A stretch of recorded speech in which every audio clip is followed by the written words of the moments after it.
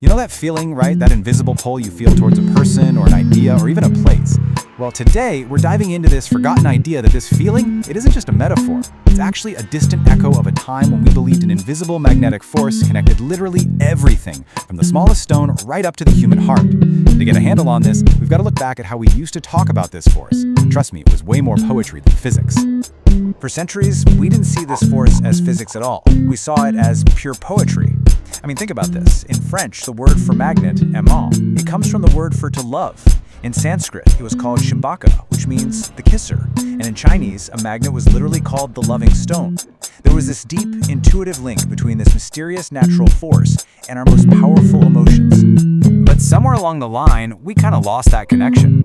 The ancient world saw magnetism as proof of a universal soul, a form of love, a divine thread running through everything. And today, when we think of magnetism, we think of what holds a note on the fridge or powers a super fast train. So what happened? And more importantly, did we lose something really important in the process?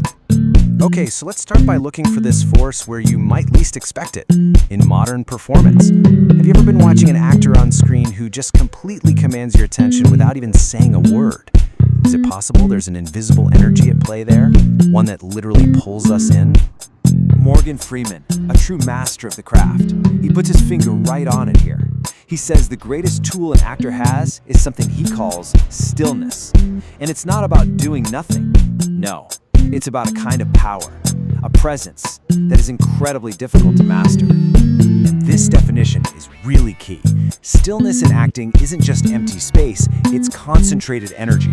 Instead of pushing energy out at the audience, the actor creates a kind of gravity, almost like a vacuum, that forces you to lean in. It's a magnetic act of drawing you in. And the effect is powerful.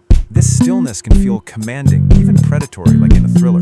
It can create this almost unbearable tension, or it can signal this deep, profound despair.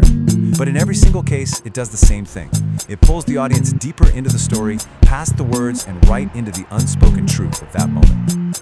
Okay, so this power of drawing in isn't just for actors on a stage. It exists in our own lives too. If there are forces pulling us in certain directions, towards certain habits and outcomes, can we actually learn to control them? Can we rewire our own internal compass? Take the musician Jelly Roll, for example. He found a new true north for his life.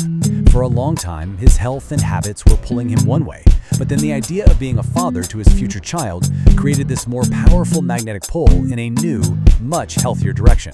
It's a conscious choice to redirect his life's entire momentum. Now, the problem is, our brains kind of fight us on this kind of change.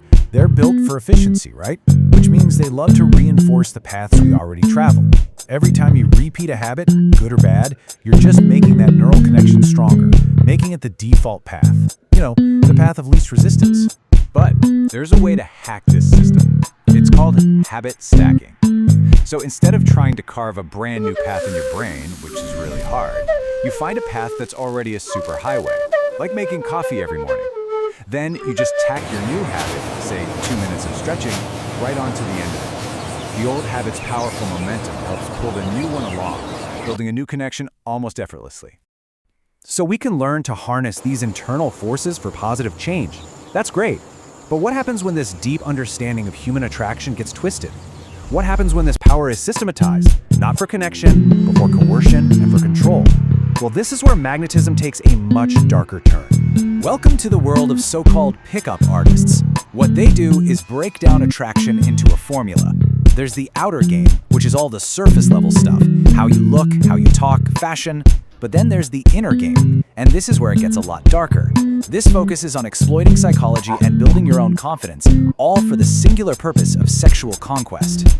And this isn't a new thing, but it has definitely evolved. It started in these secretive workshops back in the late 20th century, with guys like Ross Jeffries and Neil Strauss.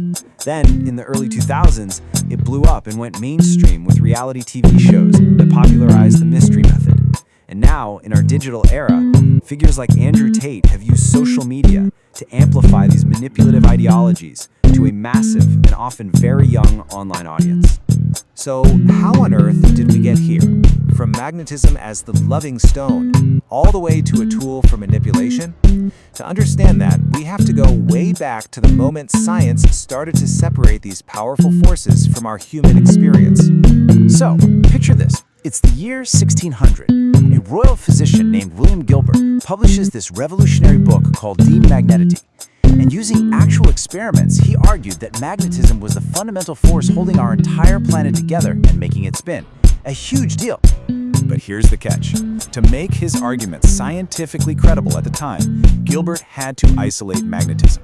He had to separate it from the messy, unpredictable world of human bodies, of emotions, of love. He basically professionalized it, turning it into a pure, abstract force.